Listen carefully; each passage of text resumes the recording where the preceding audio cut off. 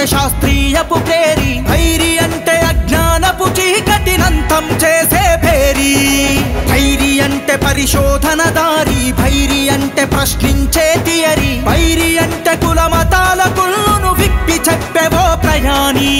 అతనొక అంబేద్కరువాది, పూలే ఆశయ పునాది.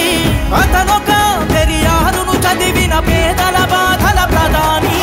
భైరి అంటే జ్ఞానపు దారి, భైరి అంటే స్త్రీయపు ప్రేరి, భైరి అంటే జ్ఞానపు చీకటినంతం చేసే భేరి.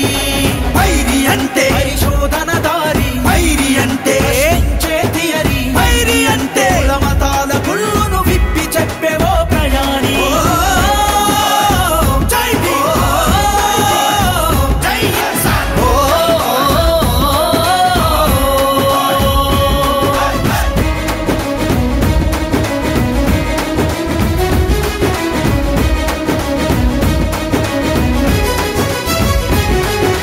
పేద ఇంటిలో పుట్టినా అవమానాలు ఎన్ని జరిగినా అంధకార ఈ బానిసత్వమును అంతం చేయా కదిలెను.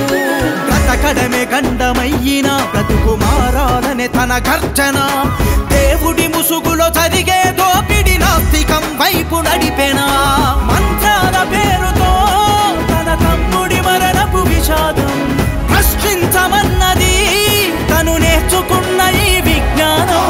భైరి అంటే జ్ఞానపు దారి, భైరి అంటే స్త్రీయపు ప్రేరి, భైరి అంటే జ్ఞానపు చీకటినంతం చేసే భేరి. భైరి అంటే పరిశోధన దారి, భైరి అంటే థియరీ, భైరి అంటే మతాల కుళ్ళును విప్పి చెప్పేవో ప్రయాణి.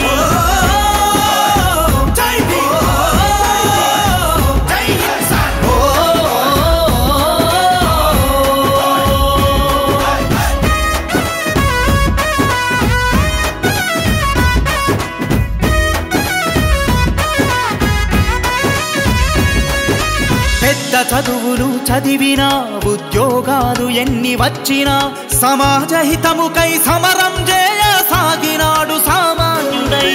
జై హింసానని పలుకుతూ మనిషే గొప్పని చాటుతూ దండల పెళ్లితో ఒకటై ఎన్నో వివాహాలను చేసెను.